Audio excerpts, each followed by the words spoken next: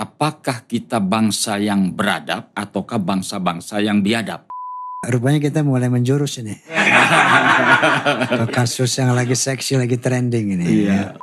Ferdy Sambo itu ya bohong-bohong terus itu. Nanti akan terus berbohong dia. Dan itu memang diperbolehkan. Assalamualaikum warahmatullahi wabarakatuh. Yuk, take.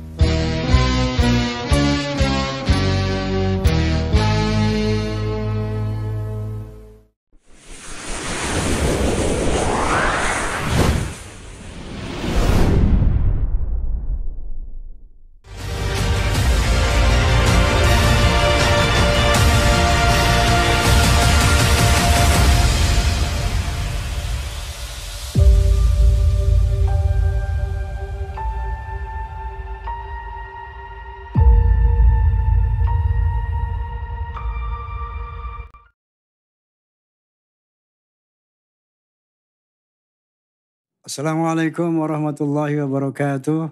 Waalaikumsalam warahmatullahi wabarakatuh. Para pemirsa juga tentunya Forsa rahimakumullah. Kali ini saya kedatangan seorang profesor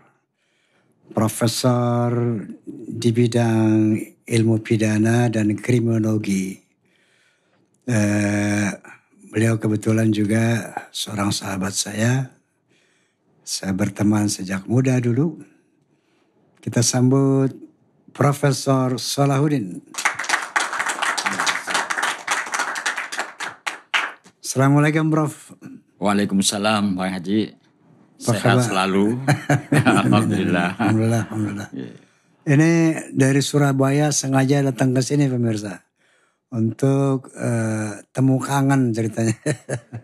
Dan bincang-bincang yang insya Allah bisa menginspirasi kita, menambah pengetahuan kita, terutama di bidang kriminologi, di bidang hukum-hukum pidana, supaya nggak melakukan pidana tentunya. Bisa diceritakan Prof, Profesor ini kuliah mengajar di mana, kemudian materi apa saja yang diajarkan kepada murid-murid di sana? Iya, jadi saya ini diangkat sebagai dosen tetap di Fakultas Hukum Universitas Bhayangkara Surabaya itu tahun 1987 Bang Haji. Okay. Jadi saya lulus Fakultas Hukum itu pada tahun 1986. Kemudian yang lulusan terbaik itu direkrut untuk menjadi dosen, menjadi tenaga pengajar di perguruan tinggi itu. Bhayangkara ya? Universitas Bhayangkara Surabaya. Itu yayasannya di bawah naungan kepolisian Brata Bakti daerah Jawa Timur. Dan Universitas Bhayangkara ini kemudian juga ada Universitas Bhayangkara Jakarta.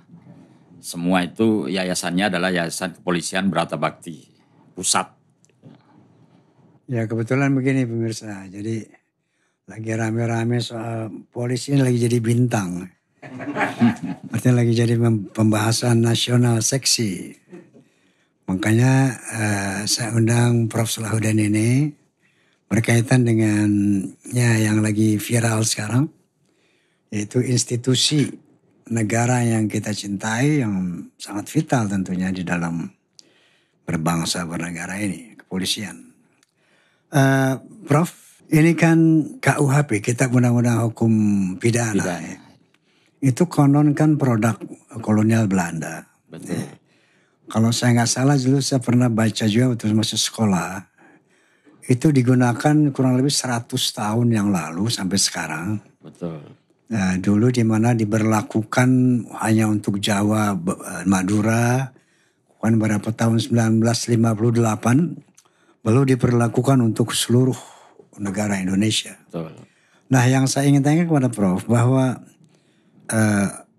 Kitab Undang-Undang Hukum Pidana ini produk kolonial Belanda, apakah sebenarnya mohon maaf, memang sudah ada kan tempo hari DPR melahirkan rancangan undang-undang KUHP dalam rangka untuk merekonstruksi atau apa, dan sampai sekarang ditunda kan Prof? Iya. Nah saya ingin tanyakan kepada Prof, apakah KUHP produk kolonial Belanda ini masih relevan sampai saat ini? Kalau tidak, di sisi mananya yang perlu ditambah atau di sisi mana harus dikurangi atau memang sudah pas untuk dijalankan di Republik Indonesia ini? Iya, jadi hukum pidana dalam hal ini Kitab Undang-Undang Hukum Pidana di Indonesia itu memang berasal dari WVS, Wetboek van Strafrecht. Jadi KUHP Belanda. Kenapa dari KUHP Belanda? Karena kita dulu dijajah Belanda 350 tahun. Bukan KUHP Jepang, karena kita kan jalan Jepang. Iya, kemungkinan begitu. Dan kita pernah pakai. Jadi pada waktu tahun 42 ya, kan Jepang masuk kan, ketika dalam Perang Dunia Kedua itu dia menang, masuk ke Indonesia. Tetapi dia tidak bisa sempat untuk merubah KUHP. Karena betapa sulitnya untuk membangun atau memproduksi sebuah kitab undang-undang hukum pidana itu. Karena KUHP itu memang adalah cermin dari suatu bangsa. Kalau kita ini ingin melihat bagaimana bangsa kita ini, maka lihatlah dulu KUHP-nya. Apakah kita bangsa yang beradab ataukah bangsa-bangsa yang biadab? Itu bisa kita lihat dari rumusan-rumusan di dalam hukum pidana suatu negara itu. Begini bro, menarik saya ini. Prof bilang tadi apakah kita beradab dan biadab, itu bisa dilihat dari kitab undang-undang hukum pidananya. Iya. Misalnya yang Prof maksud beradab dan biadab dan tidak biadab itu seperti apa? Yang beradab seperti tentunya kan berkeadilan, berbudi kemanusiaan. Betul. Yang biadab seperti apa misalnya? Jadi begini, di dalam hukum pidana itu ada 3 permasalahan pokok. Yang pertama adalah tindak pidana itu sendiri, criminal act. Jadi tindak pidana itu sendiri itu permasalahan pokok yang pertama. Kemudian kemudian yang kedua adalah criminal liability, pertanggungjawaban pidana. Karena tidak semua orang yang melakukan tindak pidana itu bisa dimintai pertanggungjawaban pidana. Semua yang melakukan tindak pidana tidak bisa dimintai pertanggungjawaban. Tidak harus bisa dimintai pertanggungjawaban pidana. Contohnya anak kecil yang melakukan pembunuhan itu tidak bisa serta-merta dimintai pertanggungjawaban pidana. Orang yang tidak sehat pikirannya, kemudian orang yang melaksanakan undang-undang, orang yang melaksanakan perintah jabatan misalnya. Itu semua diatur di dalam ilmu hukum pidana itu apa yang disebut dengan alasan penghapus pidana. Yang ada 2 itu Bang Haji. Ada alasan pemaaf, ada alasan pembenar. Kalau saya lihat itu kayaknya hukum Islam begitu, Prof. Iya. Jadi banyak sekali karena gila, anak kecil yang belum mukallaf, betul. Kemudian membunuh dengan hak, artinya dengan benar, dengan secara seharusnya itu dibenarkan ya. Betul. Jadi dalam sistem hukum di dunia ini kan ada beberapa sistem hukum. Sistem hukum termasuk dalam sistem hukum Islam. Iya, itu memang ada kesamaan-kesamaan. Karena memang ilmu itu kan sifatnya universal, Bang Haji. Dari Allah juga semua inspirasi itu ya, betul. Nah, kembali kepada pertanyaan tadi, permasalahan pokok yang ketiga adalah criminal sanction. Jadi sanction, ada sanksi pidana, sanksi dalam hukum pidana. Nah, kalau kita ingin melihat apakah bangsa-bangsa itu adalah bangsa yang beradab ataukah biadab, dilihat saja dalam rumusan sistem sanksinya. Di dalam setiap KUHP di suatu negara, macam-macam sanksinya itu. Ada sanksi pidana mati, kemudian bagaimana melaksanakan eksekusi dari itu beda-beda di setiap negara. Kalau dulu pertama kali misalnya di abad-abad lampau pertama kali hukum pidana itu lahir, itu cara melaksanakan atau eksekusi pidana mati itu ada yang orang itu diikat tangan kanan kirinya, kaki tangan kiri, kemudian diikat ke kuda, dan kuda itu dipacu berlawanan arah. Jadi betapa sadisnya. Robek semua kan. Betul. Ada yang dipancung, ada yang digantung, kan macam-macam. Ada dulu eksekusinya. guillotine, ya. Nah, itu makanya dikatakan oleh Profesor Muladi itu cerminan. Apakah budaya bangsa itu beradab atau biadab? Menarik dok. Kembali ke tadi bahwa manusia terinspirasi dari Tuhan Allah Subhanahu wa Ta'ala. Di dalam Islam ada yang namanya hukum kisos. Betul. Hukum kisos itu mata dibayar mata, jiwa dibayar jiwa. Betul. Ya, orang membunuh harus dibunuh. Iya. Artinya Allah menjelaskan walakum fil qisasi hayatun ya ulil albab. Iya. Bahwa hukum bunuh itu untuk menjaga kehidupan di antara manusia. Betul. Wahai orang berakal. Jadi artinya kita ambil contoh di Indonesia, Prof. Di Indonesia orang membunuh tidak dibunuh. Pak, umumnya ya. Betul. Atau mungkin ada kasus-kasus yang spesial. Hukum 20 tahun. 12 tahun, 15 tahun. Iya. Dapat remisi, baru 10 tahun, keluar. Membunuh lagi. Di samping orang ini, ternyata semakin hari kalau kita di dunia ini loh. Di Amerika misalnya sering kita dengar anak-anak SMP, SMA bawa senjata ke sekolah, tembakin orang. Iya. Begitu murah nyawa. Nah tetapi di dalam, mohon maaf, negara yang menerapkan hukum kisos, itu pembunuhan nyaris tidak terdengar.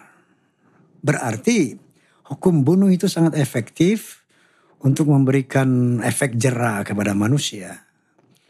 Bahwa barang siapa yang membunuh, bunuh. Gitu kan. Betul. Ternyata itu efektif. Jadi orang yang mau ngebunuh lagi gak bisa, udah mati kan. Ya. Kalau dianya. Ya. Tapi untuk orang lain, kalau gua membunuh, gua dibunuh loh. Efek jerahnya tuh secara sosial tuh bisa dirasakan gitu kan. Nah kemudian Astaghfirullahaladzim, kembali kepada tadi. Beradab dan tidak beradab, saya rasa ini konteksnya kepada how to melaksanakan hukum itu ya. Melaksanakannya. Betul. Melakukan hukum itu. Mengimplementasikan hukum itu bukan hanya dalam konteks hukum mati saya rasa. Ya bro. Betul. Betul kan bro? Betul. Misalnya apakah hukum itu berkeadilan? Sesuaikah dengan perbuatan orang itu? Betul. Kira-kira seperti itu kan yang maksud. Iya, iya. Beradab dan tidak beradab itu. Betul. Kan? Misalnya nyuri pisang di kebun orang 2 tahun. Korupsi triliunan bebas misalnya. Betul. Kan itu biadab itu. Betul. Jadi soal criminal sanction-nya. Soal sanksi dalam hukum pidananya itu. Nah, makanya dalam konteks seperti yang dipertanyakan tadi oleh Bang Haji. Sanksi pidana mati itu memang sejak dulu menjadi polemik yang berkepanjangan. Okay. Sampai sekarang pun sanksi pidana mati itu mengalami fluktuatif. Dulu di negara-negara Anglo-Saxon, di Amerika, itu menerapkan hukum pidananya itu di negara itu menerapkan sanksi pidana mati. Bagi yang membunuh? Bagi yang membunuh. Okay. Pidana mati pokoknya diterapkan. Kasus-kasus pidana yang berat juga disanksi pidana mati. Kemudian berkembang beberapa tahun kemudian kok ini dirasakan kok masih banyak saja kejahatan-kejahatan. Lalu dicobalah untuk tidak diterapkan di dalam hukum pidananya, dihilangkan.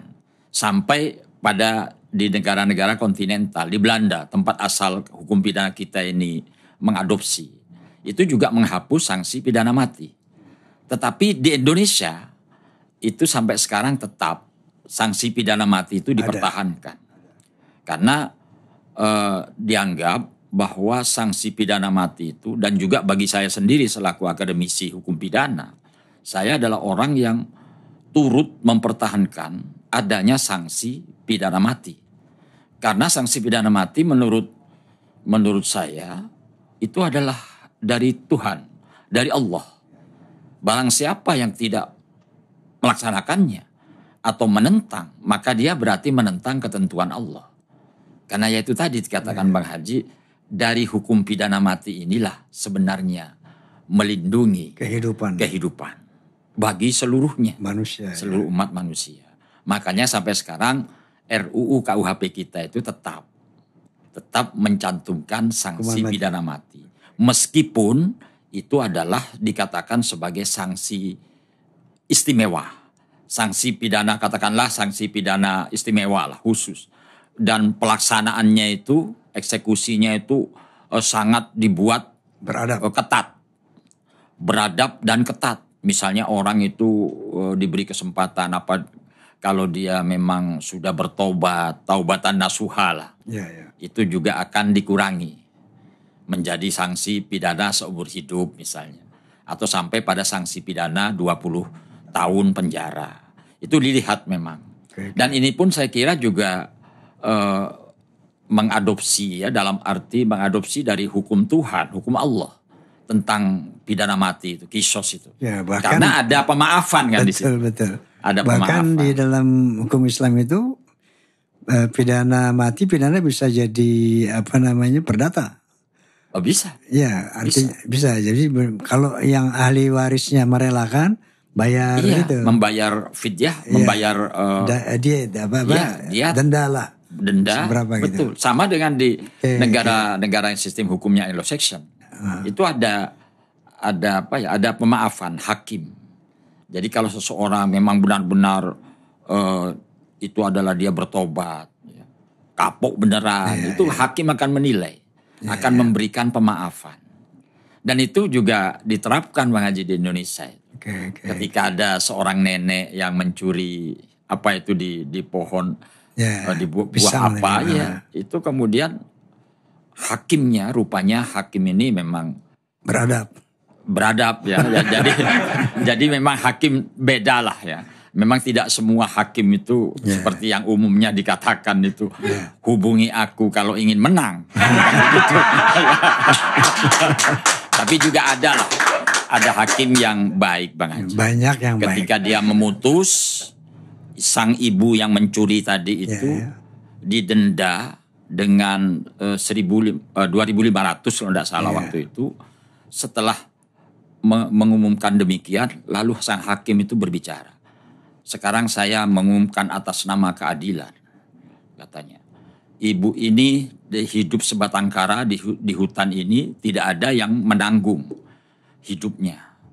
Maka semua yang hadir di sini saya denda juga.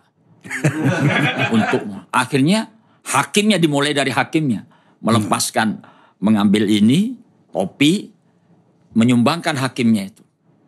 Akhirnya diberikan kepada sang terpidana tadi, Ibu. Ada hakim yang seperti itu. Banyak dong. Iya, masih banyak. Yang jelek sedikit dong. Iya. Ya sama dengan polisi yang sekarang lagi yang ini baik viral terlalu itu. banyak. Betul. Yang jelek-jelek ini masih ada yang banyak. sedikit, tapi yang jahat sedikit lah. Iya. Paling Betul. nah cuma dong kalau Prof, kalau yang sedikit ini dibiarkan akan mengotori, merusak yang banyak yang baik itu. Karena nila setiti rusak susu sebelanga. Masya Allah. Betul itu. Oke dok, rupanya kita mulai menjurus ini. Ke kasus yang lagi seksi, lagi trending ini. Iya. Oke, nah karena memang ini menjadi concern masyarakat Indonesia, mungkin dunia juga ya. Iya. Bahwa dalam mengikuti kasus pembunuhan berencana ini oleh oknum polisi, dikenakan pasal 340 subsidiar 388, 338, junto 55 dan 56. Betul. Ini subsidiar dari pasal 340 subsidiar 338, kemudian junto 55, junto 56. Yang dimaksud subsidiar dan junto itu apakah ada subsidi hukuman? Dan subsidiar itu subsidi apa-apa? Ya, jadi junto itu apakah terkait apa? Jadi gimana dong? Jelaskan nih. Ini pemirsa pengen tahu nih apa sih junta janto itu? Ya, subsidiar itu apa ya? Subsidiar itu gini, itu nanti dakwaannya akan dibuat secara subsidiar. Jadi ada macam-macam atau bentuk-bentuk dakwaan itu Bang Haji. Sebentar sebelum itu Prof. Pasal 340 itu isinya apa itu? Nah, pasal 340 itu disebut sebagai pembunuhan berencana.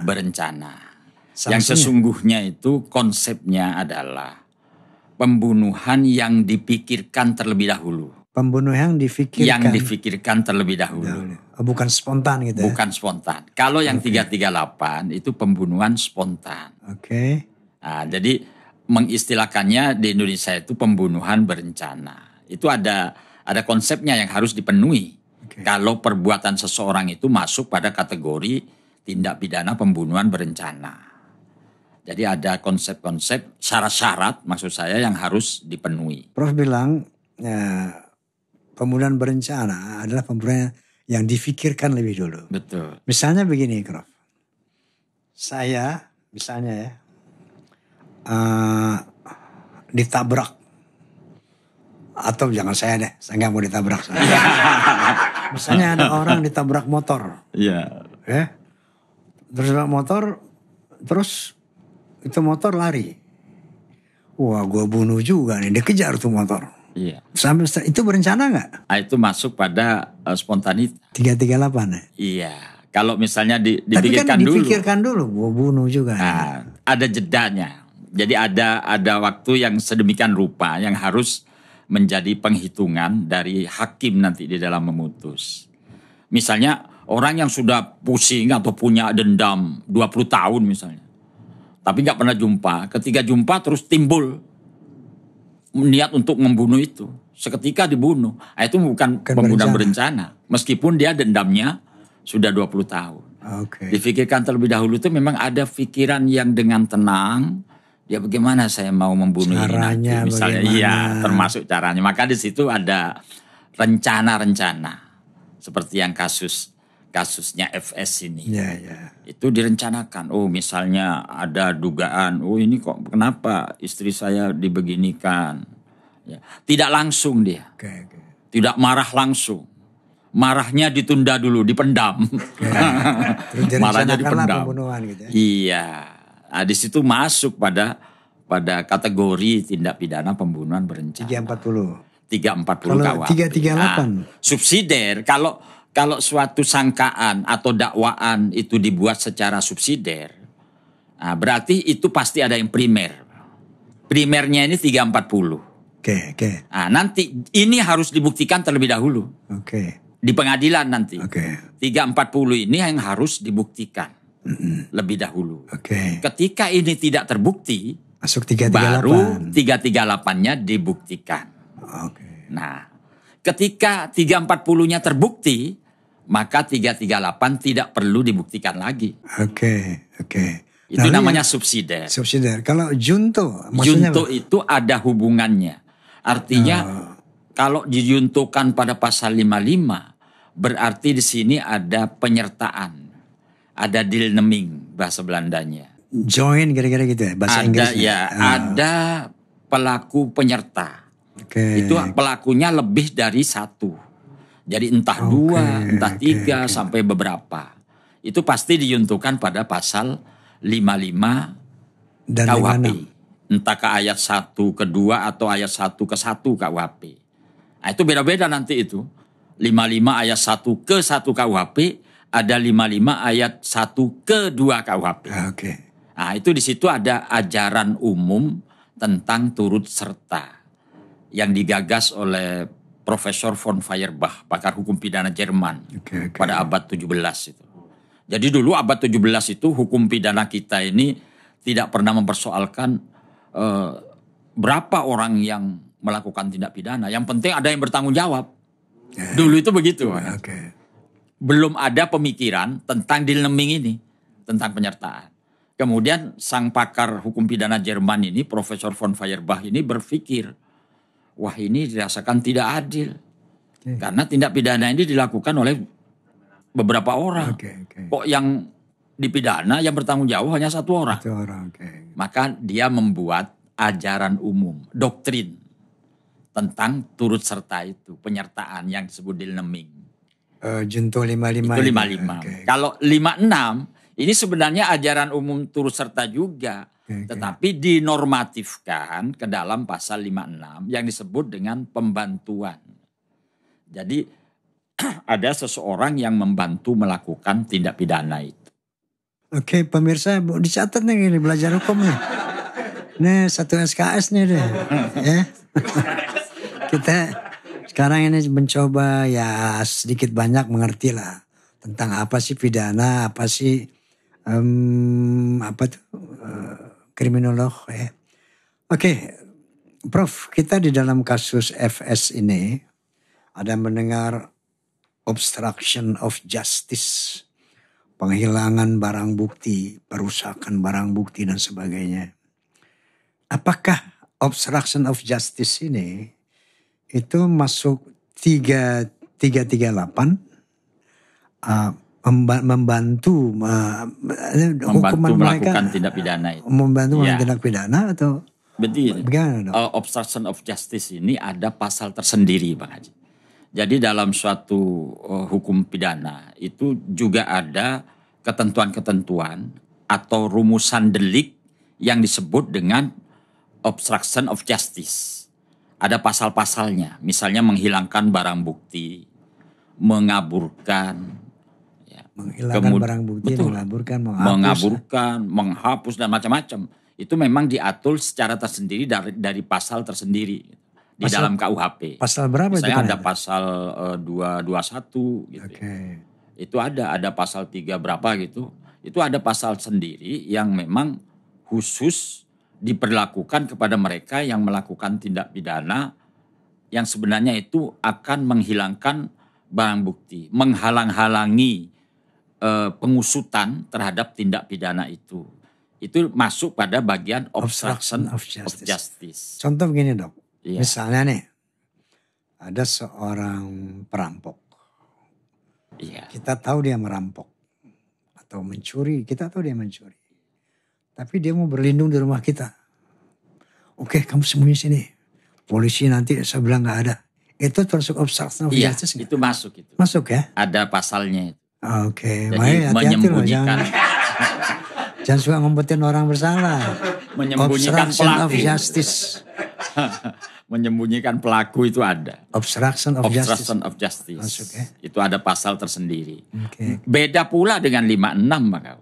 Nah, 56 itu membantu melakukan. Iya. Jadi ada action ya. Ada perbuatan sengaja ketika tindak pidana itu orang mau melakukan tindak pidana, dia memberikan keterangan, fasilitas, ya, kesempatan, nah itu masuk pada pembantuan. Membantu. Misalnya ada seseorang yang mau mencuri. Di sini ada nggak orang kaya? Saya orang kampung situ tapi pusing terhadap orang kaya itu misalnya. Karena dia gak suka sodako misalnya. Oh iya itu hartanya banyak. Udah di mana? Itu gang situ nomor sekian tuh. Udah berangkatlah ini. Ini kalau ketahuan saya membantu melakukan. Bisa kena pasal 56. Oke. Gitu. Jadi membantu. 56 hukumannya berapa? Ya tentunya lebih ringan Bang Haji. Misalnya setengah dari apa yang ini. Oke. Yang dilakukan perampok itu. Iya. Setengahnya ya. Setengahnya. Jadi itu lebih lumayan ringan. Juga lah ya. Dan itu memang dalam hukum Indonesia itu ya diserahkan kepada kewenangan hakim. Oke. Diserahkan kepada kewenangan hakim itu memang sistem hukum di Indonesia kan kalau KUHP kita ini kan belum ada rumusan sistem sanksi minimum khusus, belum ada.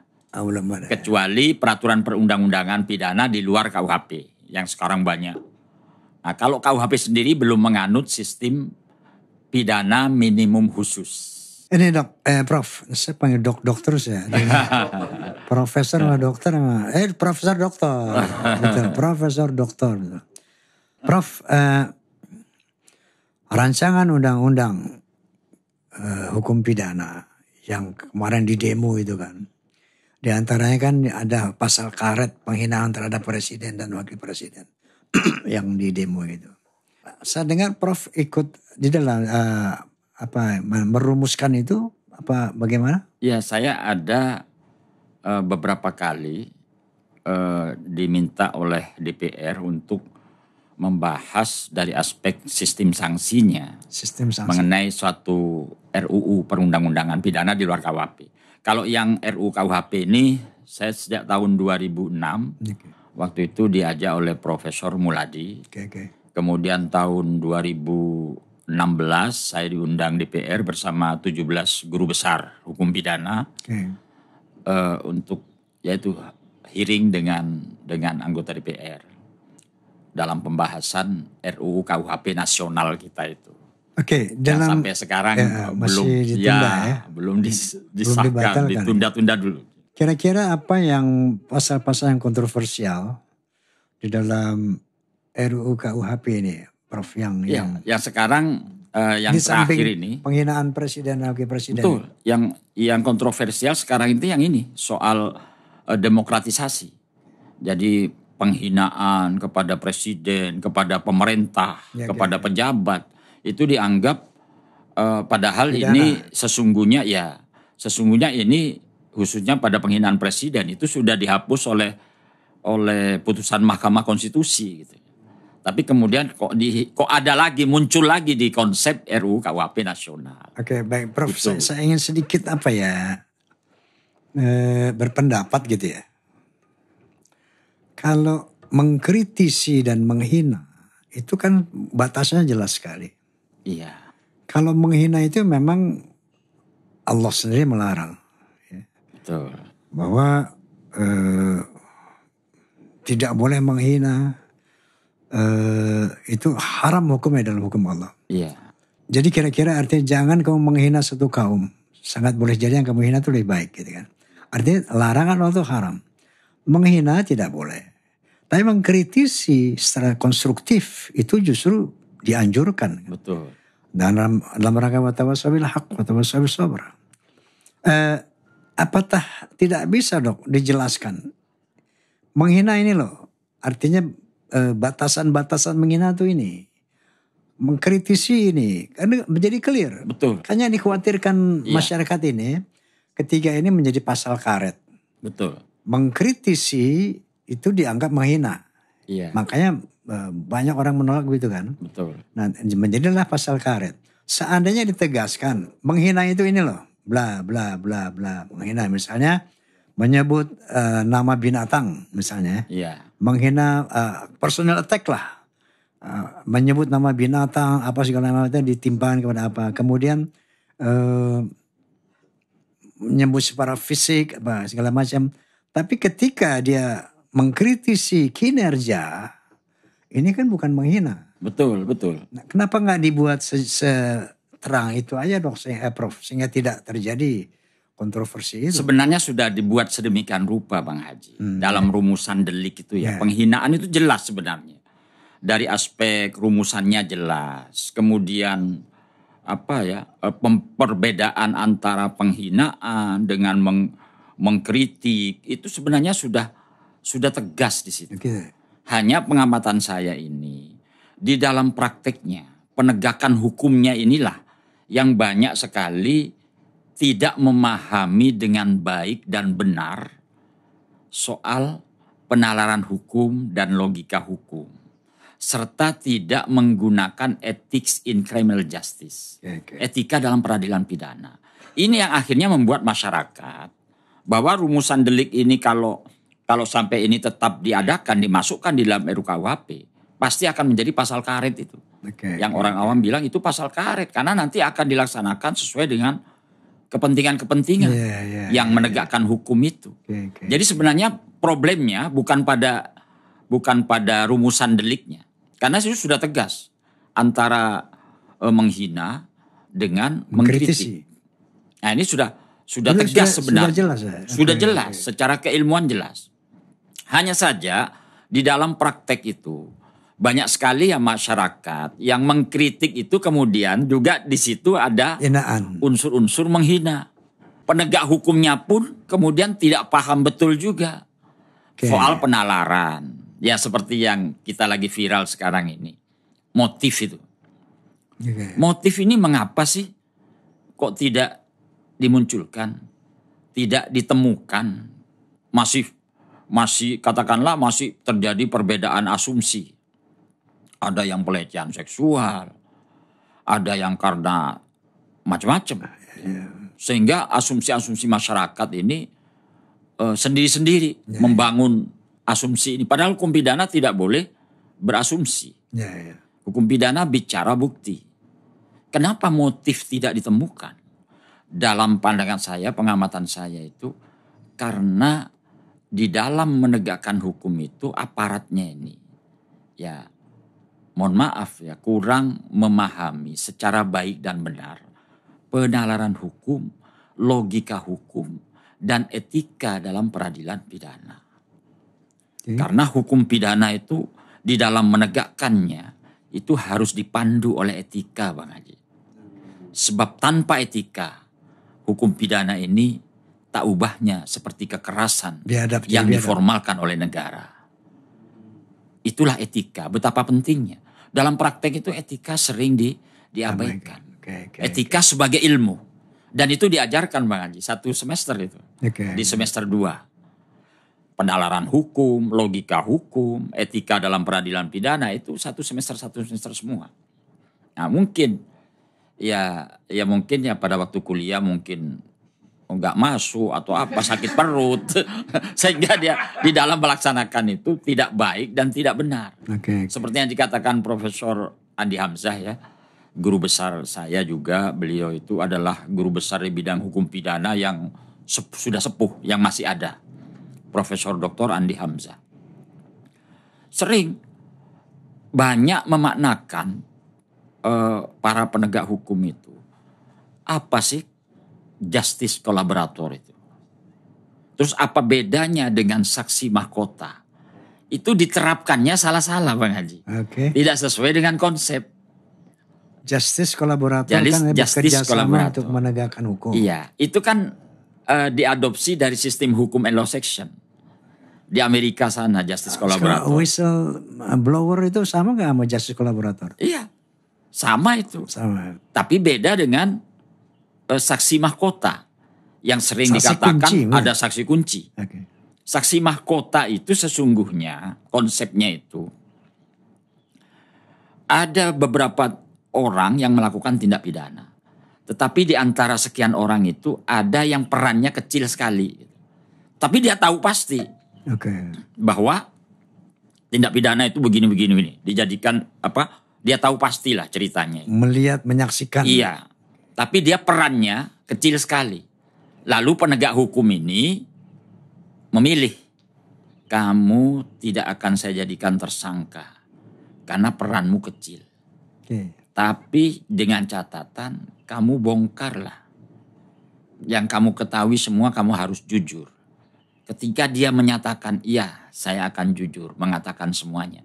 Maka ini tidak dijadikan tidak dijadikan tersangka. Bukan justice kolaborator juga itu? Bukan justice. Kalau justice kolaborator itu bisa dari tersangka. Jadi seseorang yang tersangka yang berjanji akan mengungkap. Jadi kolaborator. Iya itu namanya justice kolaborator. Tentunya mempunyai konsekuensi hukum. Nanti dia akan dipidana, dituntut ringan. Dan biasanya hakim juga akan memutus ringan. Dalam kasus yang seksi ini sudah ada saksi mahkota belum? Ya ini, karena ketidakjelasan pemahaman secara baik dan benar terhadap konsep saksi mahkota dan justice kolaborator, sehingga dalam prakteknya ya ini akhirnya ya terjadi seperti ini. Yang saksi mahkota nggak ada, semua dijadikan tersangka kan. Jadi mereka saling memberikan kesaksian, padahal sekaligus mereka pelaku. Dari sisi ilmu hukum pidana, pelaku ini tidak disumpah ketika dia menerangkan di depan persidangan. Sementara saksi harus disumpah sesuai dengan agamanya. Nah, ini kan bertentangan Bang Haji. Pelaku tidak disumpah. Pelaku mempunyai hak ingkar. Bukan ingkar judulnya Bang Haji, itu bukan. Judul lagunya Bang Haji. Jadi pelaku tindak pidana ini mempunyai hak ingkar. Artinya tidak menyalahkan dirinya sendiri. Boleh dia bohong-bohong. Seperti Ferdy Sambo itu ya bohong-bohong terus itu. Nanti akan terus berbohong dia. Dan itu memang diperbolehkan. Tetapi jika dia ketahuan tidak bisa, artinya bohongnya itu diketahui oleh hakim, pasti hakim akan menghukum berat. Oke. Itu konsekuensi. Tapi secara hukum diperbolehkan pelaku itu bohong-bohong. Oke. Jadi ini Profesor Salahuddin tadi menyebut ingkar seperti lagu Bang Haji. Ini indikasi nih, beliau ini Forsa. Saya Forsa Bang Haji. Forsa ya? Oh Forsa. Saya mohon maaf Bang Haji ya. Saya lirik lagunya Bang Haji itu. Iya. Mulai dari SMP sampai sekarang. Oke. Insya Allah saya hafal semua. Masya Allah. Bahkan sampai bunyi melodinya Bang Haji itu. Oke. Saya mulutkan gitu. Itu bisa Bang Haji. Masya Allah. Banyak lagi. Makanya saya diundang sini adalah satu kehormatan bagi saya. Alhamdulillah. Dan ini menunjukkan komitmen Soneta. Terutama Bang Haji. Dengan selalu akan menggaungkan suara-suara Islam. Termasuk suara keadilan. Makanya kalau podcast hari ini membicarakan soal keadilan, itu adalah bentuk komitmen Soneta. Bentuk komitmen Bang Haji untuk tetap menegakkan keadilan. Amin. Saya kira Bang Haji udah paham kan itu di ayat Al-Quran. Iya kan. Di surat ini ya, kalau tidak salah surat An-Nisa. Iya. Surat An-Nisa ayat 135. Dan ini dipampang di Harvard University Bang Haji. Masya Allah. Di dinding Fakultas Hukum Harvard University. Itu dipampang ayat Al-Quran ini. Oh, dalam bahasa Inggris dia. Oke. Jadi surat An-Nisa 135. Wala yajrimannakum syana'anu. Ya ayyuhalladzina amanu kunu qawwamina bil qisti wa syuhada'illah. Wahai orang-orang yang beriman, hendaklah kamu menjadi penegak keadilan. Begitu Bang Haji. Dan bersaksi secara Dan adil. itu komitmen Soneta menurut saya. Amin. Ya alladzina amanu kunu qawwamina bil qisti. Lillahi syuhada'a bil qisti. Betul. Masya Allah. Itu diterapkan di sana ya? Iya, di Harvard University itu dipampang. Kalau Bang Haji mungkin nanti berkesempatan. Wala yajrimannakum syana'anu qaumin ala ta'dilu i'dilu aqrabu littaqwa. Iya. Jadi itu artinya apa Bang Haji ya? Konsep keadilan dari hukum Islam itu sebenarnya diakui oleh di negara-negara non muslim ya. Yang mereka ilmu pengetahuannya, perkembangannya pesat lebih dulu daripada kita. Tapi konsep teori-teori keadilan itu sudah mengakui mereka itu ada di dalam Al-Quran. Masya Allah. Makanya lagunya Bang Haji Nafsu Seraka itu kan. Ya. Kapan keadilan ini akan ada? Dipertanyakan oleh Bang Haji. Betul. Karena memang keadilan itu kan, ya ada yang mengatakan keadilan itu subjektif relatif kan Bang. Ya. Kalau bahasa ininya itu sumum ius summa in yuria. Bukan sumum bukmun unyum fahum la yu'minun. Sumum ius summa in yuria. Keadilan yang tertinggi adalah ketidakadilan yang tertinggi. Keadilan bersifat subjektif relatif. Adil bagi Salahuddin mungkin belum tentu adil bagi Roma Irama. Sebaliknya, cantik bagi saya belum tentu cantik bagi kamu. Karena dia bersifat subjektif relatif. Karena itu semakin kita mengejar keadilan, semakin tertinggal oleh keadilan itu sendiri. Itu makna dari sumum ius summa in yuria. Gitu ya. Keadilan yang tertinggi adalah ketidakadilan yang tertinggi. Begitu Bang Haji. Masya Allah. Prof, waktu Komisi 3 DPR mengundang Kapolri, itu ada sebuah pertanyaan dari anggota DPR mengenai kasus kilometer 50. Ada pertanyaan, apakah, karena begini, bahwa skenario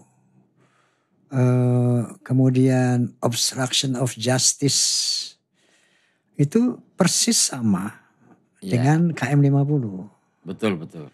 Ya, penghilangan barang bukti, penghilangan seperti CCTV dan sebagainya. Tuh. bahkan penghapusan lokasi TKP itu sudah nggak ada sama sekali. Dan memang yang menangani waktu itu ya Ferdi Sambo itu. Ferdi Sambo itu. Dengan anak buahnya.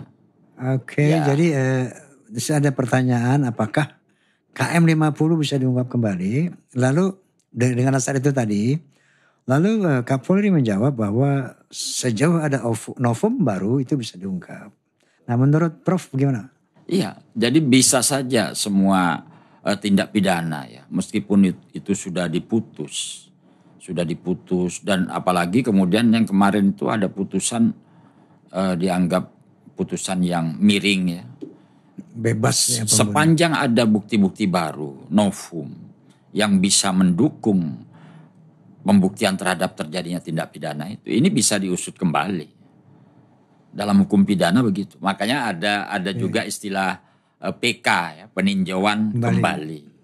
Ketika sudah mempunyai kekuatan hukum tetap dan bahkan orangnya sudah dipidana, bisa dimungkinkan karena peradilan manusia itu kan tidak sempurna. Relatif, ya. Seperti lagunya Bang Haji juga kan.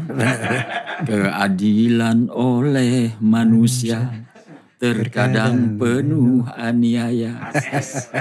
Keadilannya. Nah, ini kan benar itu lagunya Bang Haji itu. Keadilan oleh manusia itu tiada sempurna. Betul.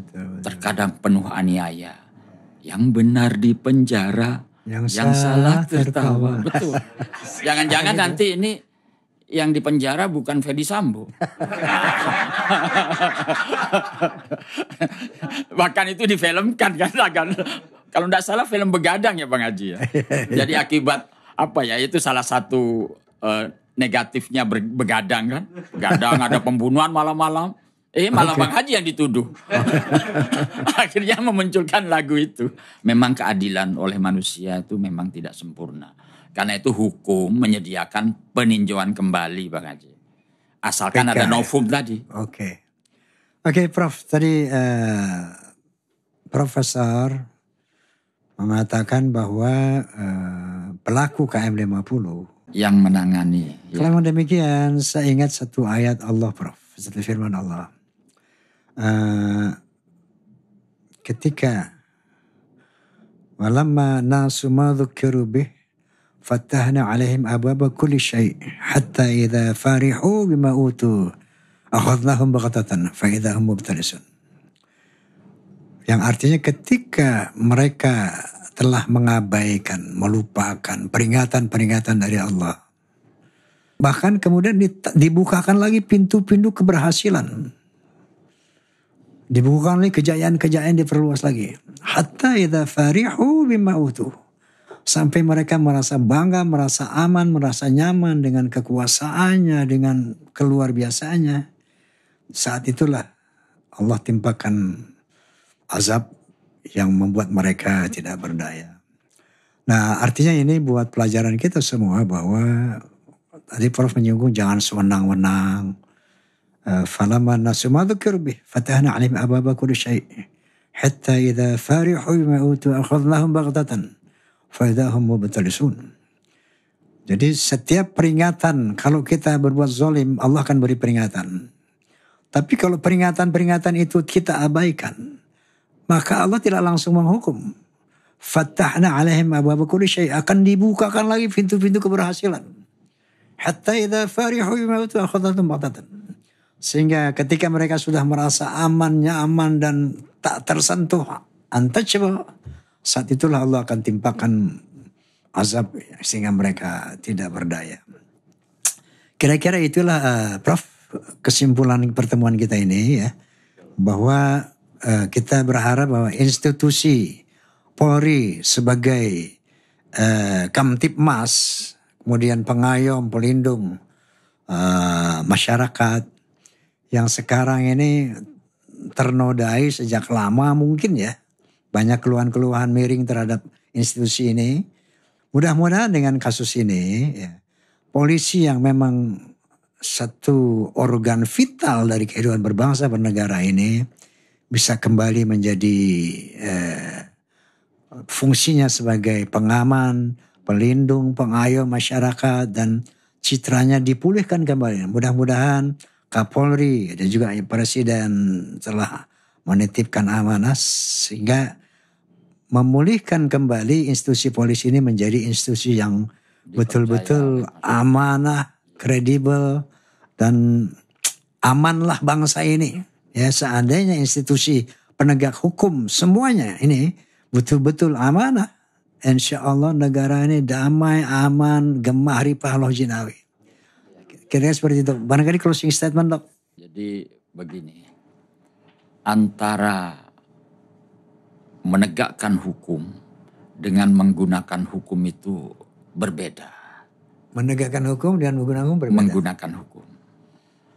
Menegakkan hukum tanpa menggunakan hukum pasti akan menimbulkan kesewenang-wenangan.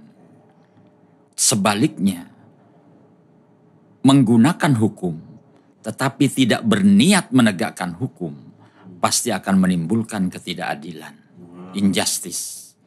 Maka penegakan hukum itu harus benar-benar menggunakan hukum. Karena kita kan negara hukum, Bang Haji. Betul. Negara Rechtsstaat, bukan Machtsstaat, bukan negara kekuasaan. Karena itu semua aparatnya di dalam hukum pidana itu ada tuh, saya ingat Profesor Peters menyampaikan dalam bukunya buku kriminologi itu ya, The Other Side of Criminology. Itu dinyatakan begini, the criminal task of criminal law is not society.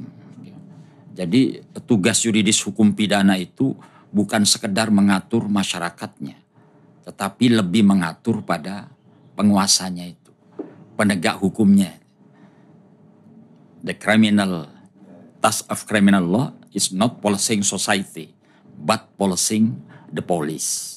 Jadi dalam arti penegak hukumnya inilah yang diatur secara ketat untuk melaksanakan hukum pidana itu. Karena dia diberi kewenangan. Makanya jangan selalu menyalahgunakan wewenang-wewenang, apalagi sewenang-wenang. Jadi terjadinya kasus Ferdy Sambo di dalam penegakannya ini, menurut pendapat saya, marilah kita belajar dari situ. Jadikan momentum ya. Jadikan momentum untuk berbenah diri kepolisian dan juga penegak hukumnya untuk selalu meningkatkan ilmu. Karena tanpa ilmu ya hidup kita pasti tidak akan bermutu. Nyasar. Ya, saya punya yang selalu saya pegang, saya jadikan itu di disertasi saya, Bang Haji, bahwa dengan ilmu hidup ini akan lebih bermutu. Dengan agama hidup ini akan lebih bermakna, dan dengan seni hidup ini akan lebih syahdu. Oke, pemirsa juga Forza, bahwa equality before the law dalam pro justisia menjadi kewajiban kita untuk paling tidak menyuarakan tentang keadilan. Kalau kita bukan penegak keadilan. Baik, terima kasih banyak atas perhatiannya, Prof. Terima kasih banyak. Sama-sama. Wallahul muwaffiq ila aqwamit thoriq. Billahi taufiq wal hidayah. Wassalamualaikum warahmatullahi wabarakatuh. Waalaikumsalam.